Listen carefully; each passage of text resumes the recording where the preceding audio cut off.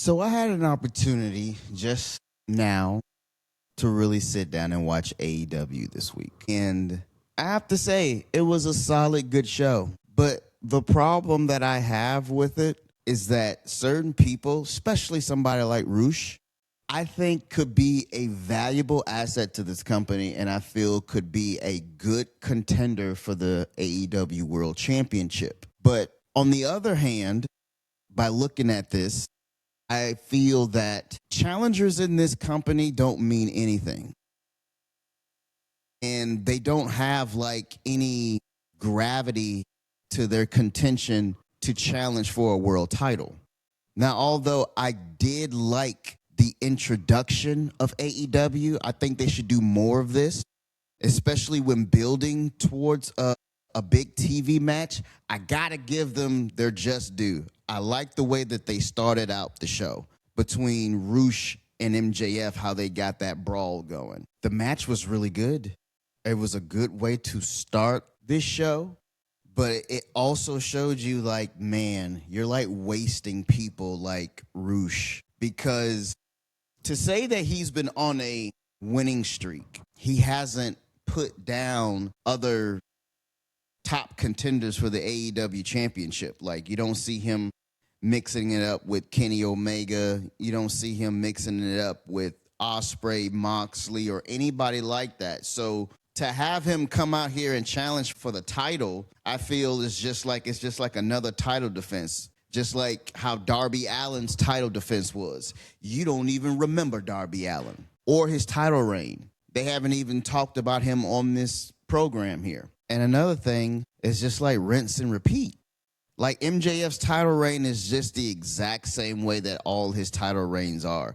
Like, why is he trying to mix it up with Mark Briscoe before the big pay-per-view, all out, all in between? You will want to build up to that with the person whom you feel is going to take the title off of him and not have him go back to mixing it up with Mark Briscoe. I don't understand that, because Mark Briscoe is not somebody who you're going to push to get the title. And it's a little bit too little too late. He gave a great promo about his brother passing away, how that made him feel, how that made him lose his love for professional wrestling, and how the conglomeration kind of like revitalized and brought back that wrestling mentality that he had and the love for the business.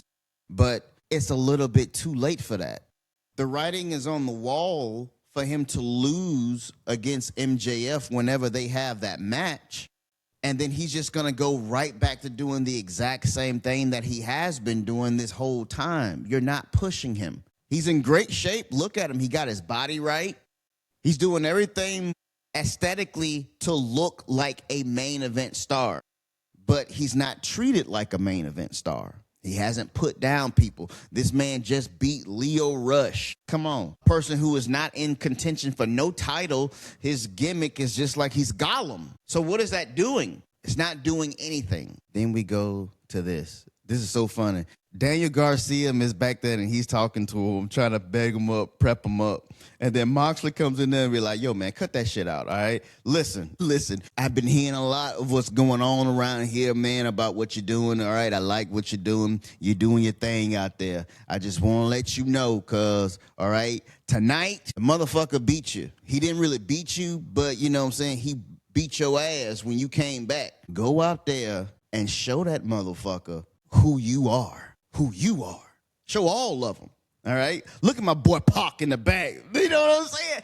I like the Death Riders. They are a group of people who work out together. They eat together. They sleep, in separate rooms. And I like the story that they're telling with Moxley and Ospreay. Ospreay needed some edge. He's not with the Death Riders. He's just an affiliation with them. And they're training him. They're building him up. I like that. I like that they got his back. I like that Moxley has taken him under his wing to sharpen his sword, to get him prepared to get this title match. And they got his back. I like that story. Renee is interviewing MJF. He's in the ice bath. And he's reacting to Mark asking him for a championship opportunity. And MJF basically saying, you know what, man, you country bumpkin, you heels have eyes, motherfucker. Listen, you're never going to get this opportunity, pal, so you can quit asking me. You can quit asking me. You're not going to get it. You're never going to get it. I understand that you want to have MJF do something before he goes to Wembley, but it would mean a lot more if Mark Briscoe was putting down top challengers like Swerve, like Brody King, you know what I'm saying? Put down people of significant value for the world championship. And there isn't any in this company. There's way too many belts. There's way too many people with belts. And there are way too many teams. And I feel like it's a little bit too late for Mercedes. This woman should have already been the AEW Women's World Champion. But you have a story here that you can tell. She can go on and she can win this tournament. Because if you look at that bracket, it is a given that this woman is going to win this tournament. You don't even have to look at these qualifying matches or anything like that, because the people that are in that bracket for this Owen Cup are all people who wrestle on Collision and all people who lose. Look at the field of women that are in this tournament. Alex Windsor, she's a loser. She was a tag team person, and she's not a tag team person. And now she's a New Japan Strong Women's Champion. Perfexophone, I don't know who that is. I'll figure it out tonight when I watch it. Hazuki, I don't know who that is. Athena has been the Ring of Honor Women's World Champion for about 5 years now. You think she's going to win? No. Sky, Blue Ivy, whatever you want to call yourself, against Saray. This bracket is just, he didn't put no thought into it. And when I mean he, I mean Tony Khan.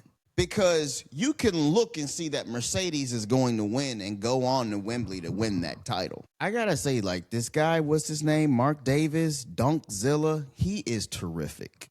And that Doyle guy, they could go as brothers, and they should have put them as a tag team. But this was a great main event. I like the fact that the Death Riders got his back. And when he wins this championship at Wembley, these folks gonna come out there and congratulate the hell out of him. But if the story is going where I feel like it should go, I think that Ospreay should win the title, and then next year, like at Double or Nothing or something like that, Moxley can challenge for the championship. I like how all the Death Riders got his back. It was a great main event. This man shows up. See, here's another thing that I just don't understand. Why not show Kyle Fletcher? Why haven't we heard from Kyle Fletcher? Takeshita was on this show. You didn't see him towards the end. You got to format this show. Look, he looking at the screen right now knowing that it's finna come. Why do you have to show that? Even if Takeshita wasn't there, he would have done something to prevent being stabbed in the face with a screwdriver. Why am I seeing these two on this show at the end of the show? This should have been at the beginning of the show. A brawl. Fletcher should have came out there and was like, listen, I understand that I was away, but guess what? You got what I want. I want the international championship. But instead of Okada saying, you know what, I want to go for that world championship because Okada should be a world title contender. But he's mixing it up with a secondary third championship in this company. And it just ain't clicking for me. It just ain't clicking for me, baby. Ospreay needs more time on TV. He needs more time on TV. He needs more time for people to be even more invested in him than they already are. Because that's how you build towards a match. And I feel as if AEW is missing the ball on a lot of their stories. Being mixed up with challengers who are taking these main event talents to the limit each and every week. I have a problem with that. Because the person who's been taken to the limit is an afterthought, really, because he hasn't had any major wins on television. That's my problem with AEW. They got great wrestlers over here, but they don't have anyone to really format this show, book this show, arrange this show in a way that you can see this show from start to finish, and you can look at a person and be like, man, I hope they win that championship. And I hope he does. Ospreay goes on in the tournament. He's probably going to beat, not probably, he's going to beat them all for his chance to go to the thing. Now, look, it's going to be Will Ospreay and Swerve Strickland. And Ospreay should win, and Swerve can continue being a heel. And we can see where that goes. But all in all, this was a solid episode of Dynamite, and I enjoyed it.